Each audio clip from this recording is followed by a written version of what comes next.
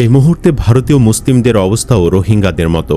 মিয়ানমারের স্টাইলে বিএসএফ ভারতের মুসলিমদের জোর করে বাংলাদেশে ঢুকে দেওয়ার চেষ্টা করছে। তবে এক ভুল আর বারবার করতে চায় না বাংলাদেশ।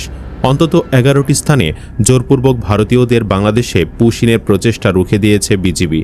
তারেক রহমানের কড়া নির্দেশনা, বন্দুকের শেষগুলি অবশিষ্ট থাকার আগ পর্যন্ত যেন কোনো ভারতীয় বাংলাদেশে প্রবেশ করতে না পারে। বিজিবিও বন্দুক তাক করে রেখেছে, বাড়াবাড়ি করলেই বিএসএফের বুক ঝাঁঝরা করে দেওয়া হবে। সব মিলে এই মুহূর্তে কি চলছে সীমান্তে? বাংলাদেশ কি পারবে শেষ পর্যন্ত ভারতীয় আগ্রাসনকে ধুলোয় মিশিয়ে দিতে? চলুন বিস্তারিত জেনে নেওয়া যাক।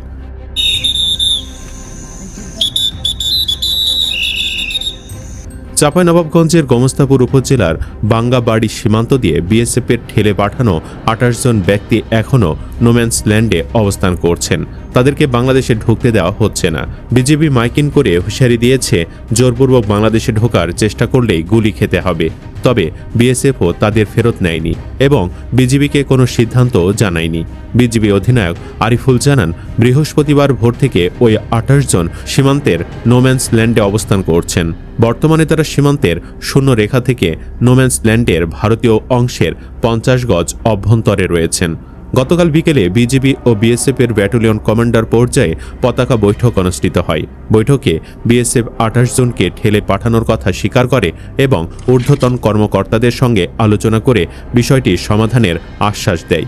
তবে পরবর্তীতে আর কোনো সিদ্ধান্ত জানানো হয়নি। বর্তমানে নোম্যান্স ল্যান্ডে খোলা আকাশের নিচে তীব্র গরম আর বৃষ্টিতে অবর্ণনীয় দুর্ভোগ পোহাচ্ছেন এসব ভারতীয়রা। তবে সুখবর হচ্ছে, এদেরকে রুখে দিতে বিজিবি একা নয়, তাদের সাথে অংশ নিয়েছে বাংলাদেশের জনগণও। বাংলাদেশের বর্ডার এলাকার বাসিন্দা হাফিজুর রহমান বলেন, রাতে বিএসএফ জোর করে 28 জনকে পুশ ইন করার চেষ্টা করে, পরে বিজিবি তাদের বাধা দেয়। বৃষ্টিতে ভিজে নাজেহাল অবস্থা। আমরা এর তীব্র নিন্দা জানাচ্ছি। তারা শুধু মুসলমান হওয়ার কারণে ভারতে তাদের নিধন করা হচ্ছে, এটা কোনোভাবেই মেনে নেওয়া সম্ভব না। আরেক স্থানীয় বাসিন্দা শামীম বলেন, আমরা বিজিবির সঙ্গে সীমান্ত এলাকায় সতর্ক অবস্থায় আছি, কোনোভাবেই বিএসএফের অমানবিক আচরণ মেনে নেব না। অন্যদিকে সাতক্ষীরার কলারোয়া উপজেলার কেড়াগাছি সীমান্ত দিয়ে নারী, পুরুষ ও শিশুদের অবৈধভাবে ঠেলে দেওয়ার চেষ্টা করছে বিএসএফ। শুক্রবার সকালে বিষয়টি নজরে আসার পর সাতক্ষীরা সীমান্তে বন্দুক তাক করে সর্বোচ্চ সতর্ক অবস্থান নিয়েছে বিজিবি। বাড়ানো হয়েছে টহল ও নজরদারি। এর আগে গতকাল বৃহস্পতিবার বিকেলে এক দফায় ওই সীমান্ত দিয়ে পুশিনের চেষ্টা করে বিএসএফ। এই অবস্থায় সীমান্তবর্তী এলাকার বাসিন্দাদের মধ্যে উদ্বেগ, উৎকণ্ঠা বেড়েছে। তারা বলছে, ভারত গায়ের জোরে এসব করছে, আমরা বাংলাদেশের মানুষ হয়েও শান্তিতে থাকতে পারছি না। ভারতকে এই অপকর্মের দাঁত ভাঙ্গার জবাব দেওয়া উচিত। সংশ্লিষ্ট সূত্র জানায়, সম্প্রতি ভারতের পশ্চিমবঙ্গের কিছু মুসলিমদের মানুষকে জোর করে বাংলাদেশে পাঠানোর ঘোষণা দেওয়া হয়। এরই ধারাবাহিকতায় গত 26 মে থেকে কলারোয়া উপজেলার কেড়াগাছি ও চন্দনপুর সীমান্তের বিপরীতে ভারতের উত্তর 24 পরগনা জেলার বাদুড়িয়া থানার হাকিমপুর সীমান্তে প্রায় 200 থেকে 300 জন নারী, পুরুষ ও শিশুকে জড়ো করা হয়েছে। তাদের বাংলাদেশে ঠেলে দেওয়ার উদ্দেশ্যে ভারতীয় পুলিশ বিএসএফের কাছে হস্তান্তর করেছে বলে সীমান্তের একাধিক সূত্র জানিয়েছে। তবে বিজিবির কঠোর অবস্থান ও বাড়তি সতর্কতার কারণে বিএসএফের সে চেষ্টা এখন পর্যন্ত সফল হয়নি। তবে কতক্ষণ পর্যন্ত তাদেরকে এভাবে রুখে দেওয়া সম্ভব হবে তা বলা যাচ্ছে না। এর আগে ডক্টর ইউনূসের সময়ও পরীক্ষামূলকভাবে কর্মসূচি চালায় ভারত। সে সময় শতাধিক ভারতীয় মুসলিমকে বাংলাদেশে ঢুকিয়ে দেয় বিএসএফ। মূলত এই মিশন চলছে ভারত থেকে মুসলিমদের নিধনের কর্মসূচি হিসেবে। সীমান্ত এলাকার বাসিন্দারা বলছেন, পুশিনের আশঙ্কায় তাদের মধ্যে উদ্বেগ তৈরি হয়েছে। তারা সীমান্তে নজরদারি আরও জোরদার করার পাশাপাশি কূটনৈতিক উপায়ে বিষয়টির সমাধানের উদ্যোগ নেওয়ার আহ্বান জানিয়েছেন।